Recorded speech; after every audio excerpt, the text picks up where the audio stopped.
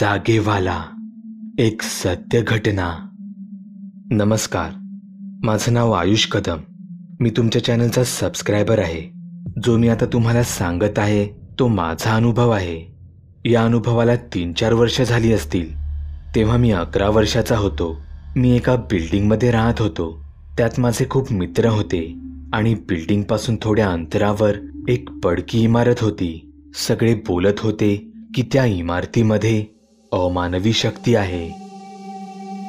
आम्हाला तेव्हा विश्वास बसत नव्हता, म्हणून मी आणि माझ्या मित्रांनी ठरवलं की त्या बिल्डिंगमध्ये रात्रीचं जायचं. तसं आम्ही रात्रीचं जेवण आटपून फेरफटका मारायला जातोय असं बोलून घराबाहेर निघालो. आम्ही सर्व मित्र नाक्यावरती भेटलो आणि त्या इमारतीच्या दिशेने निघालो. जेव्हा आम्ही त्या इमारतीच्या आत गेलो तेव्हा हवेत गारवा पसरला आणि कोणी आम्हाला पाहत आहे असा भास होऊ लागला. आम्ही जेव्हा त्या बिल्डिंगच्या आत गेलो तसं कोणाची तरी चाहूल लागली. ती लावसट होती. ते पाहून आमची बोबडीच वळाली. आम्ही आमच्या घराकडे धाव घेणार तेवढ्यात ती आमच्या समोर आली आणि आम्हाला बघून हसायला लागली. आम्हाला असं वाटत होतं की आमचा शेवट जवळ आला आहे. ती आमच्यावर झेप घेणार तेवढ्यात ती अस्वस्थ वाटू लागली. तिला कोणाची तरी चाहूल लागली. आम्हाला लांबवर एक माणूस आमच्या दिशेने येत असल्याचं दिसलं. त्याच्या हातात एक काठी होती. तो त्या काठीला जोरजोरात दाबटू लागला.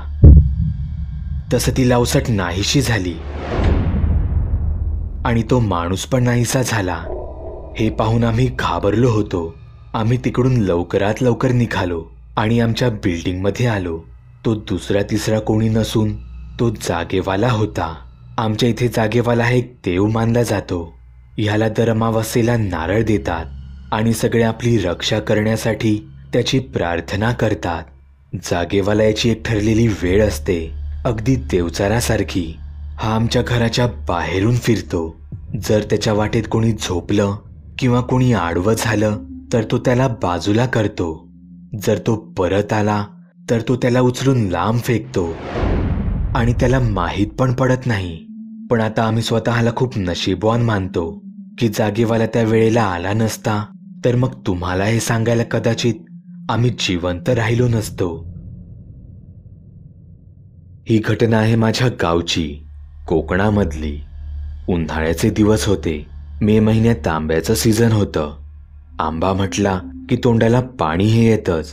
त्याच दरम्यान मुंबईतले बरेच लोक हे कोकणात येतात. अशीच एक घटना आमच्या गावी एका मुलीसोबत घडली होती. तीच घटना मी आज तुम्हाला सांगत आहे. काहीतरी संध्याकाळची वेळ होती. 6:30-7च्या सुमारास ही घटना घडली होती.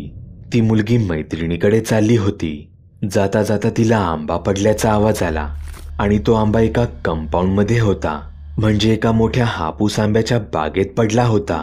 कंपाऊंड म्हटलं की तिथे काही तारांचं कुंपण किंवा सिमेंटची भिंत नव्हती.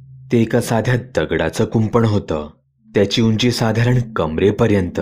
हे खास जनावरांसाठी बनलेलं असतं, जेणेकरून जनावरं आत येऊ नयेत. ती मुलगी तो आंबा घेण्यासाठी त्या दगडाच्या भिंतीवर चढली. जशी ती खाली उतरायला लागली तिला अचानक कोणीतरी समोरून धक्का दिला आणि ती मागच्या मागे एकदम जोरात खाली पडली. ती तिथून उठली आणि कुठल्याशा भ्रमात चालू लागली. कुठे चालली होती काहीच माहित नव्हतं तिला आणि ती चालतच होती. तिचं शरीर तिच्या कंट्रोलमध्ये नव्हतं. तिचं शरीर अदृश्य शक्तीच्या ताब्यात होतं. ती चालता चालता एका जंगलाच्या ठिकाणी गेली. त्या जंगलात एकाने भरपूर लाकडं कापून गोळा करून ठेवली होती. त्याच लाकडाच्या ढिगाऱ्याखाली त्या मुलीला ढकललं गेलं. तिच्यावरती लाकडांचे ढीग कोसळू लागले. ती त्या ढिगाऱ्याखाली बेशुद्ध अवस्थेत पडली. रात्रीचे 10 वाजले होते. मुलगी घरी आली नाही म्हणून तिच्या घरचे चिंता करू लागले. शेवटी तिच्या घरचे तिला शोधण्यासाठी बाहेर पडले. सर्वत्र शोधाशोध सुरू झाली. ती जिच्या घरी जाणार होती त्या मैत्रिणीच्या घरी त्या मुलीचे आई वडील गेले. तिची मैत्रीण म्हणाली, अहो काका, मी तिला 6 वाजता बोलावलं होतं, पण ती काही आली नाही अजून. मीच तिची वाट बघत बसले. मग ही गेली कुठे? त्या मुलीची आई रडू लागली. अहो, ही कुठे गेली काहीच माहित नाही हो. तिच्या जेवढ्या मैत्रिणी आहेत त्यांच्याकडे जाऊन बघा. त्या मुलीची आई रडत होती म्हणून काय झालं हे बघण्यासाठी गावातली काही लोक तिथे गोळा झाली. गावातल्या लोकांना हे समजल्यावर गावातले लोक त्या मुलीचा शोध घेऊ लागले. शोधता शोधता काही गावकरी जंगलाच्या ठिकाणी गेले आणि त्या मुलीचा आवाज येऊ लागला. ती ओरडत होती. गावकरी त्या आवाजाच्या दिशेने जाऊ लागले. त्यांनी पाहिलं तर ती मुलगी त्या लाकडाच्या ढिगाऱ्याखाली होती आणि त्या ढिगाऱ्यातून आवाज येत होता. त्या मुलीवरती एवढी लाकडं पडली होती की त्या गावकऱ्यांना अर्धा तास लागला ती लाकडं काढायला. शेवटी त्या मुलीला ढिगाऱ्यातून बाहेर काढलं. तिला उपचारासाठी दवाखान्यात घेऊन गेले. मग जेव्हा ती शुद्धीवर आली, तिने तिच्यासोबत जे काही घडलं ते सगळं सांगायला सुरुवात केली. तेव्हा तिथल्या गावकऱ्यांनी तिला सांगितले, राखणदाराचा जाण्याचा एक रस्ता असतो. तू त्याच्या रस्त्याच्या बरोबर मधोमध आलीस म्हणून तुला अशी शिक्षा झाली. त्या राखणदाराच्या मार्गावर कधीच थांबायचे नाही. तुम्ही सुद्धा तुमच्या गोष्टी बागुलबुवाला मेल किंवा मेसेज करू शकता.